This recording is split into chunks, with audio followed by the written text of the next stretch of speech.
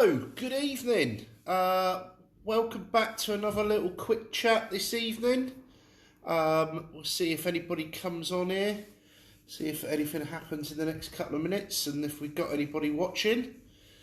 I'm sure you'll all probably watch these again. If I haven't bored you to death with them. Some people have been telling me they've been watching them again, so I'll keep going for now. There's a couple of people jumping on. Ross is on, Jodie's on, Anthony Povey, so I'll just crack on anyway. Good evening again. How are we all? Yes, I know it's midweek and I'm sat in my own pub drinking beer. This is Parker from Double Barreled, by the way, which is absolutely gorgeous. I know Mikey's tweaked the recipe a little bit over time, and yeah, it's drinking really, really well. Lovely little 4%, very smashable. There's a few people jumping on now. Right, yeah, that's from Double Barreled, and I'll give that a little review as we go on. Yeah, so you see, I'm sure people have seen the name of this. I did last year toy with the idea of starting a YouTube channel about the pub, not just about our pub, but about other pubs. Hence why on some of my things you'll see I'm tagged as the Pub Finder. That's what we started it out as. Well, I started it out as, and that's what I wanted this channel to become. There's lots of people who review pubs in various ways. You've got Quaffable Reading in Reading, who's a really good guy and does a really good job. There's tons and tons of beer review YouTube channels, which are all really good. You've got James Moore's one, which he's doing the 1001 beers to drink before you die, which I watch, which is really good. He has a lot of guests on that, and I've managed to source him a few beers while I've been away a few times, mainly abroad. Got him some Czech beers when we were in Prague last year. If you don't know James Moore, check out his channel. I can't remember what he's called. There's a way of linking it and I'll work that out. This is very early days. But yeah, the idea was myself and Kerry do get to visit. Because of the nature of our jobs, we're always at beer festivals and stuff looking for new beers for the pub, and we do get to check out a lot of really, really good venues in the UK and abroad. So the idea was that we maybe would do a YouTube channel dedicated to telling you what those pubs are like, and rather than you just reading a description and a score at the end of it, we'd actually show you those pubs, and you could make your own minds up based on the video and what our experience of them would be. I'm kind of wary that most of the times that I'm on these trips, we are quite drunk, so they might be funny, they might be terrible, who knows? But yeah, I do like the odd little holiday away, as I'm sure most of you who know me will agree with, and I do like to find really good pubs and bars wherever I am in the world. So yeah, that was the idea. Basically, it was basically a chance for us to do a couple of quick little videos here and there, and maybe just show people where we get to go, where we've been, and whether you'd be keen on going, almost like a little city breakdown guide, especially when we're away, of the best bars and pubs to drink in, craft beer wise especially. And yeah, I get to go away with a lot of different groups, and it's always interesting to see where we end up, and that was the idea of the channel. It's not really, during this time we can't really do that obviously, so I'm just going to upload all the vids that we've took from here in the last week or so and put them all in one place, so that you can see that. I'll give you all the links and bits and bobs like that. I'm still trying to get my head around it and how it works. I'm not great with that, but my nephew today, Josh, he put up his one. his little channel and some time he spent in Africa last year, working with the rangers who look after the elephants. So that sort of inspired me today while I was painting outside. Yeah, we're still doing that. To maybe think about actually using the channel for what it's worth. I did do a couple of little reviews on my own of a new bar in Wokingham and stuff last year, but they're all on a little GoPro, and I haven't worked out yet how to upload them, but I'll work that out. But they're all sort of a bit out of date now anyway, so the channel going forward will be more of us going to places, giving you a quick review, showing you around so you can see what they're like in real life. I don't know if this light is affecting it. The camera keeps flicking in and out. I might have to try and move away from that, which is terrible for these videos, having to piss about technically, and see if I can make this work a bit better. Kerry keeps telling me I've got a tripod which is perfect for this upstairs, and yeah, I will try and get that out tomorrow and see if that will work. So yeah, that's the idea anyway. So I'm going to upload all the vids we've done from the pub during the COVID crisis. That is a terrible angle. I've really mucked this up. How's that? That's a bit better. Let's try that. So yeah, just I will upload all the videos we've done onto the channel to start, and then once we reopen and we get a chance to go out, I will do some vids from other pubs. We'll probably start in Reading, which may ruffle a few feathers. Oh, I won't be horrible, I promise. I'll just try and give you a really honest review of different places. I probably won't do a lot in Reading because everybody knows them. But yeah, we might try out some stuff around Reading just to see if we can make that work. And then there'll be a lot of London stuff on it, a lot of Manchester, you know, places we get to go for beer festivals, and maybe a bit from beer festivals and stuff as well, so you can see what they're like. But mainly, I imagine it'll probably be, if I ever get the chance to go anywhere again, it will be, I was planning on going to Latvia at the end of this month with a couple of mates, and I was going to start doing it from there, but obviously that's all cancelled, so that's not happening anymore, so you know the crack. So yeah, Parker, look at that, how lovely does that look? Absolutely gorgeous in the sunshine. Although I haven't got a lot of the sunshine today because I've been under the tent. Again, just sanding, painting. Oh, it's boring to tell you about. But yeah, we're making a bit of progress out there. It's just been me today. Kerry's gone back to work today. She's got to do a real job. So I've been sort of solely out there working on that myself. And it feels, yeah, so many coats to go on stuff, I don't feel like I've made a lot of progress. I've done another whole bench today, load more of the posts and bits and bobs out there. Leon's on, probably won't, he'll be criticising my painting skills. We were laughing the other day because I actually hate painting. It's one of those jobs I just don't do. We've got so many painters that are in the pub here. I generally just chuck someone a couple of quid to do a bit of painting. I have got loads of experience with it. I've done it for years. I just don't like it. It's quite boring. But I've got to say, in these times where there is nothing else to do, I have quite enjoyed it. I don't want to set any sort of precedents here that Kerry's going to take advantage of and make me paint the whole upstairs of the pub or anything going forward, because as soon as this is over and we're back to earning some money, I'll keep the painters of Reading busy, shall we say. Yeah, it's not my favourite thing to do.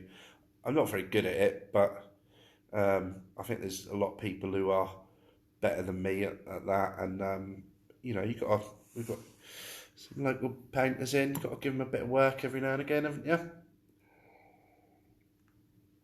So how's everyone doing? How have we coped with the weekend, I've got to say I found the bank holiday quite stressful. Not stressful, but boring. I'm going to come out of it. It's been quite boring, and we took 2 days off from doing all the decorating and stuff. We worked on Saturday, and then we had Easter Sunday and Bank Holiday Monday off. And by yesterday afternoon, I was down here walking around the garden, looking at stuff, thinking I could start that, I could get on with that.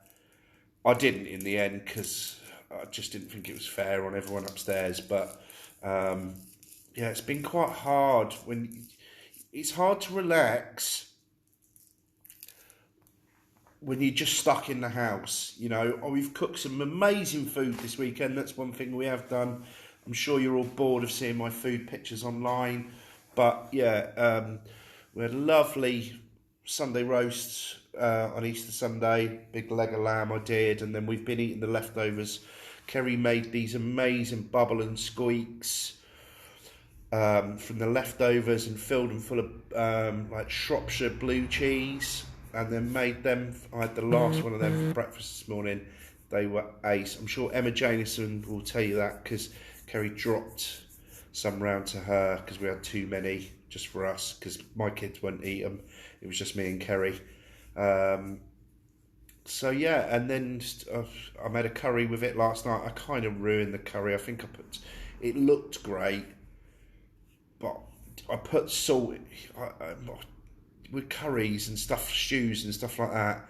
It's so hard, isn't it, to over salt something? And I think I did that. It was a little bit too salty, but we still ate it and it was great. And I made homemade naan breads out of some cheap pitters I bought in the shop next door. A few spices, bit of garlic, bit of cheese. They were really good. That was probably the best thing I did yesterday. But so yeah, we ate loads of really good food. But it was, you know, we're all on top of each other. We've got a new puppy, which is mad. Everyone's shouting at the puppy because it just wants to eat everything. As soon as you move, it jumps up, nicks something, eats it, runs, thinks it's a game, and the family are bribing it with treats to get the stuff back, whether it's a shoe or a sock or the telly remote or somebody's phone. It ate Jasmine's glasses the other day, you know, and they're sort of bribing it with treats, which I think's wrong, but I don't want to knock what they're doing with the dog. Kerry's out walking it now, so yeah, Sonny's is hard work a little bit, you know, having a new puppy during these times. It's nice, and we do, you know, it is fun and stuff, and I'm not knocking it. I wouldn't change it. It is great, but yeah, it's kind of hard with a new puppy. You just want to get out with it all the time, knacker it out, and you don't really feel like you can do that.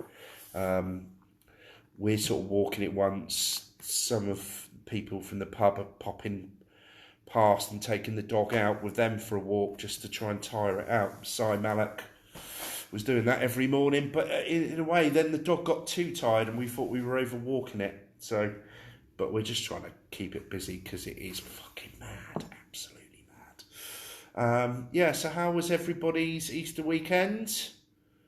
Graham's on, Ben Fash is on. Hello Fash. Hello G, still haven't had my grant.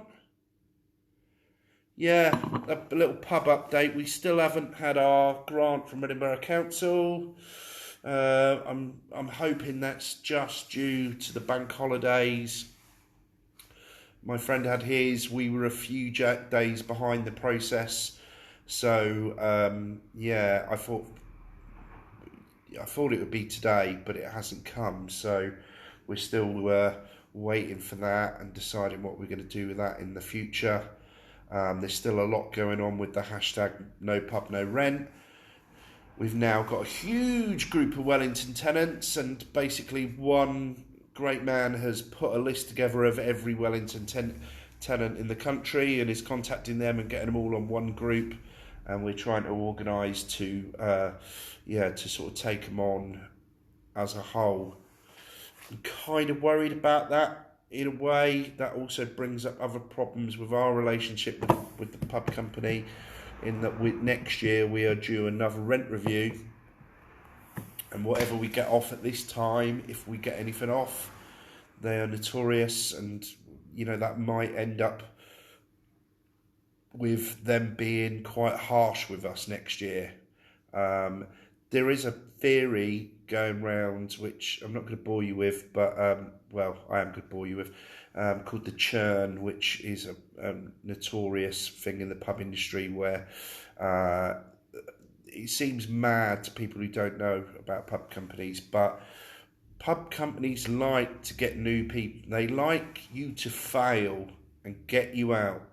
So you do loads of years of work in a pub, make it look glorious, they put the rent up, put you under considerable pressure, and eventually you fail, you go out the door. They then go after you for dilapidations. They also go after you for, they'll take you to court, they'll make you bankrupt, they'll go after all your assets, and then they get somebody else in. And it is a well-known thing in the industry called the churn. It's what's so broken about the pub industry in this country. I heard somebody sort of comparing it to how McDonald's run their business. So in America, McDonald's, I don't know if anybody knows, they're all franchises. McDonald's like their franchisees to become millionaires. They love it. It's good for their industry. They really, really like that. They want to see everybody succeed. Whereas the pub industry, they want to see everybody fail. And people will put their heads to the sky and go, oh yeah, of course they do. Honestly, they make so much money from churning people in and out of pubs and taking all your money.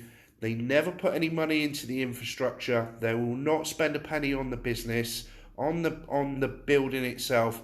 Everybody's on self-repairing leases. So the people come in with all these dreams about running a pub and then put all their time and effort into it, and hundreds of thousands of pounds. They rank up the pressure a little bit, make you fail. People fail for very different reasons. There are bad operators out there, absolutely. And then they take everything from you, and they'll give you a list which is called dilapidations at the end of when you either hand the keys back in or your lease is up, or however it is. There's a thing called dilapidations, and they come round with a guy a surveyor, who will give you a bill for 120 grand for what you haven't done to the pub. Even if you've spent 400,000 on the bloody building, they will ramp up your dilapidations at the end. And then you've got to go to arbitration and stuff like that. And it is a completely broken system. And there is an idea that at the end of this, that we might be able to change that system. And the spotlight that's being put on the pubcos, that we might be able to do something in this country to stop UK pubs going. It's very easy for them when a pub stops working for them, they leave it and they leave it and they leave it. If they can't get anybody to go in there and spend loads of money on it, they will let it fall to rack and ruin. And then 9 times out of 10 what happens is there's a fire, and that building burns down and gets rid of any restrictions on building or converting it or whatever. Now, it's not for me to tell you that there are people who are putting these fires on purpose, but there are. And then they can sell it to a property developer. They can put whatever they want on it, or they sell them to Tesco's or whoever. That sort of thing seems to have stopped now, thankfully. That was 8 years ago, that was a big thing where pubs were getting converted into Tesco's and co-ops and stuff like that. That seems to have stopped. But now they'll just sit on them. You'll drive around the country. You only have to go 5 miles from Reading to see the amount of country pubs which are just sat there, closed, boarded up, and the roofs are falling in and stuff like that, because it gets rid of any restrictions that the local council put on them for converting that into property. And, they're sat on estates worth billions, and they are doing this as a matter of course. It's not a conspiracy theory. It happens every day, all around the country. So, you know, when pubs fail, a lot of people like to say, well, you know, maybe they weren't that good at this, and they didn't do that properly, and rah rah. 9 times out of 10, it's pressure from the pub company. So it's, you know, they can. I've heard people having their rent put up by 50% overnight. You know, I've had Wellington. What they've been doing a spate of is going to people who have got leases like we have and saying, right, we want your accommodation space upstairs, and we're having it, and you've got a week to get out of it, and then they're converting that into flats. And you've got to get out. They have so many clauses in their lease that they can do that. Even if you spent, like us, nearly 10 years in the pub, they could come to you one day and just do that to you. Which is mad, you know, that these people are not here. And the thing that always comes from it, well, you knew what you signed up to, and why would you deal with these people and all of that. And most people don't know what they're doing when they sign a pub lease. I don't think we did, really. It took me years of talking to people within the industry to learn about how much of a bunch of bastards they are. But there you go. So we haven't had a grant. They're still demanding our full rent at the moment. Hopefully there is pressure mounting on them, and that might change. A lot of people saw my Twitter thing the other night where we're all tweeting Alex Sharma. That did quite well. So hopefully that'll keep going. I know he's got a lot to deal with at the moment, we're a small part of what's going on, but we do have to keep. You know, I'm not expecting a response from Alex Sharma. All I'm expecting is, you know, people notice this sort of stuff occasionally. So hopefully that pressure might keep mounting and something might happen. We're still shut, obviously, and yeah, there's not a lot been going on otherwise than that. So that's about it, really. Nice to see you all again. I just wanted to give you a quick update on the Pub Finder channel, which is on YouTube, which I will work out a way of putting that up. And I'll just put these videos on there for now. And then when this crisis is open, we'll use that channel for what it's meant for, which is to do pub reviews and show you some pubs that maybe you wouldn't know. And hopefully it becomes like a little guide where if you're going to, I get a lot of people messaging me going, oh, I'm in so-and-so tonight. Where's good? And I don't know all of them. I know a lot. I used to do it with like Quino. I used to message him and say, I'm going to so-and-so tonight. Where's good? And he'd give me a couple. So hopefully it'll be like a little reference point. You can go, well, we're going to Nottingham this weekend. Where's good? And you can look at that and see what pubs are worth popping into. But yeah, that's about it. Thanks very much, and hopefully we'll get these all up on the YouTube page, and I'll share that with you, and we'll talk again. Thanks, guys. Cheers.